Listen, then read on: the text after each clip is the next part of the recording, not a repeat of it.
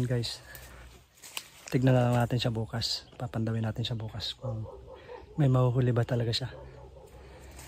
Okay. Ngayon babalik na tayo dun sa taas. Kunin natin yung labong na kinuha natin. Sarap yun lang i-adobo. Kaya lagay ng saluyot. At may isda naman tayo dun. So bukas, antayin nyo.